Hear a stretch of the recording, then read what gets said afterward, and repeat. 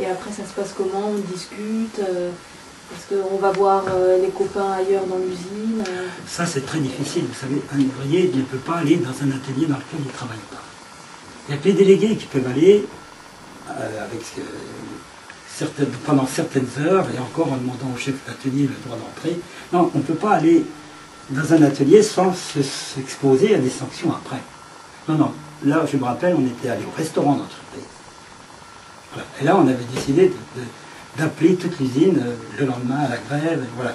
On avait fait ça dans un endroit où on ne violait pas le droit de l'usine. Parce que rentrer dans les ateliers, ça veut dire chercher l'extension, puis alors, vraiment, les problèmes viennent après, et il faut vraiment que le sentiment des autres ateliers soit le même que celui où la grève est partie. Et ça, c'est pas facile. Je sais qu'à Peugeot, la CGT n'a jamais pu entraîner l'usine tout entière.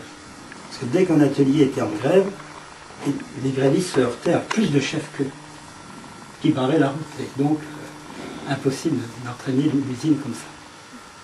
Mais à Rhodia, c'était pas ça. Il fallait déjà que les anciens de 67 soient d'accord. Il y avait quand même des ouvriers qui avaient une expérience. Donc un délégué ne faisait pas des choses inconsidérées, ni selon son humeur, ni selon... Non, en fait, il fallait être au diapason de ce que les gars voulaient faire.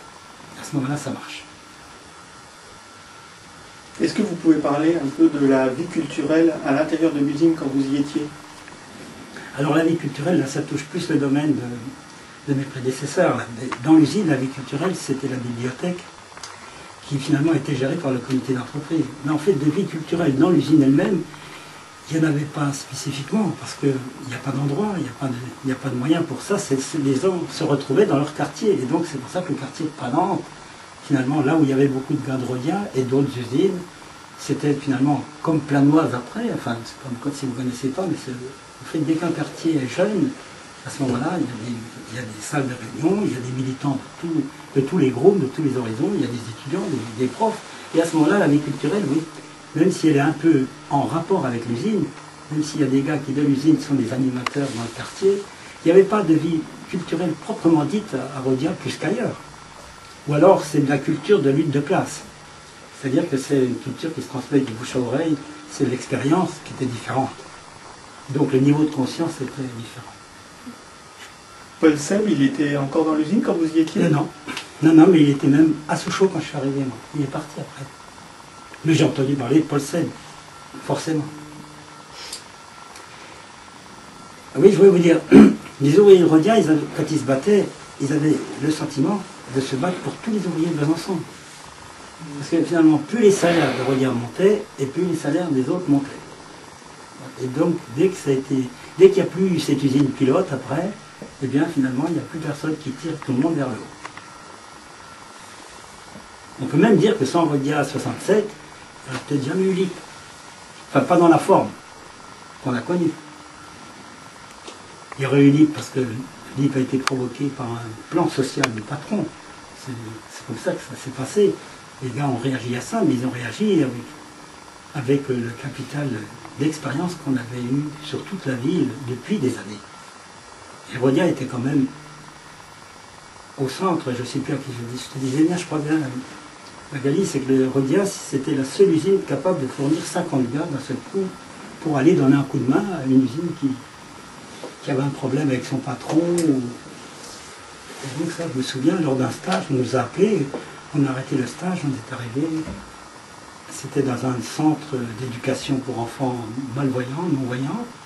Il y avait 2 délégués qui étaient menacés de licenciement. On est arrivé, on a occupé une salle, et finalement après, tout le monde est venu les aider. La lutte a duré des mois. Mais il n'y avait que cette usine capable de concentrer autant de gars.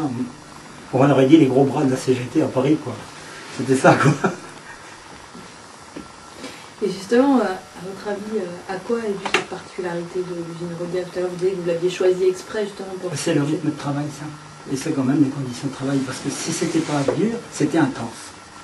On travaillait rapidement. Enfin, c'est la seule usine, à l'époque, où le rythme de travail était donné par les machines et pas par ce que les gars pouvaient faire. Donc une machine, elle devait être faite entre 12h20 et 12h40. Il fallait qu'elle soit faite entre 12h20 et 12h40. C'était comme ça. Ah donc ça, elles s'étaient toutes programmées en plus. C'était pas informatisé comme aujourd'hui, mais c'était déjà la mécanographie.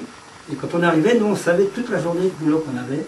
Et ça, c'était quand même une chose qui finalement, ça fait pression. Enfin, c'était comme les chaînes de carrosserie à Sochaux, quoi. Ils ont tant de voitures à faire. Et au bout d'un moment, c'est quand même, d'abord ça soude, ça unifie le sentiment d'hostilité qu'il peut y avoir. Donc ça, c'est... Et on n'avait pas chacun un petit poste de travail comme chez Fralzen, vous voyez, c'est comme chez Lippe aussi. En réalité, on travaillait dans des ateliers, c'était quand même... On n'était pas fixé à un endroit, on se voyait, on bougeait, et finalement c'était plus pratique pour s'entendre, se parler, et finalement réagir ensemble. D'ailleurs, vous avez les photos? Elles sont mises. Quelques photos, bon, c'est les photos des ruines de l'usine. J'en ai fait quelques-unes, mais vous aussi. Et ça doit être la chaufferie.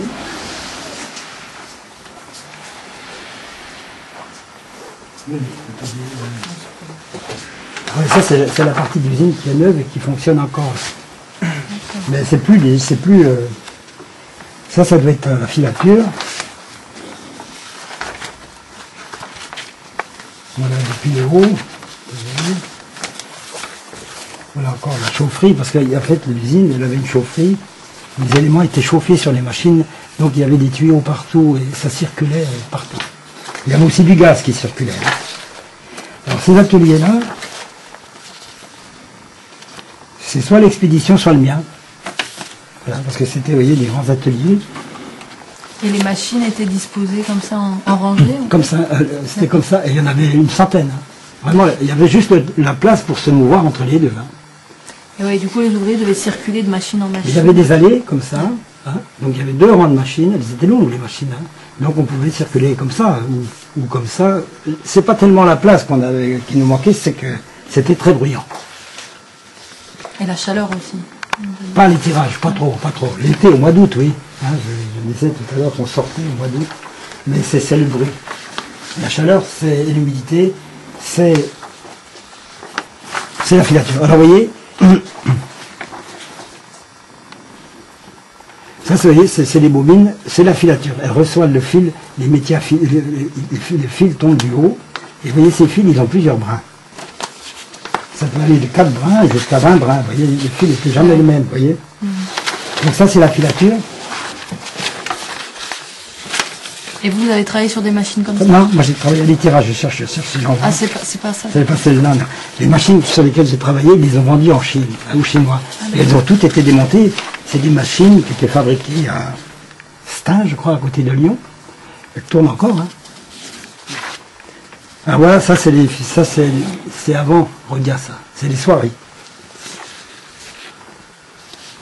Donc là, c'est le couloir entre la chaufferie et puis la filature qui est là-haut.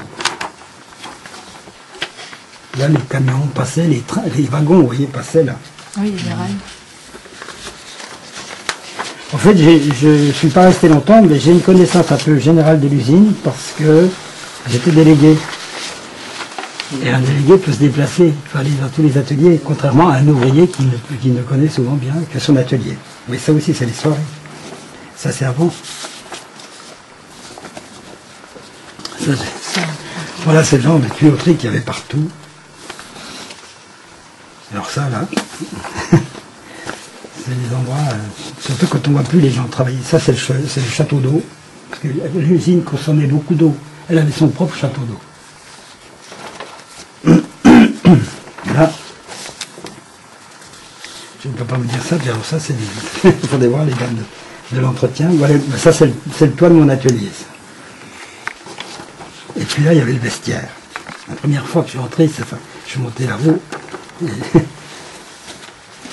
Ce qui était bien, c'était le restaurant, oui, dis-toi. Et justement, quel est votre premier souvenir de votre arrivée à Roudia? C'est déjà de mon embauche, parce que je n'étais pas chômeur. Il n'y avait pas de chômeur à l'époque. On me demande combien je gagnais. Je travaillais comme tâcheron dans le bâtiment, c'est-à-dire que j'étais payé au rendement. J'avais une paye supérieure à ce que j'allais faire à Roudia. Donc on m'a dit, pourquoi vous venez alors que vous allez perdre de l'argent? Question piège. Oui. Alors j'ai inventé une chose, je leur ai dit que je voulais changer.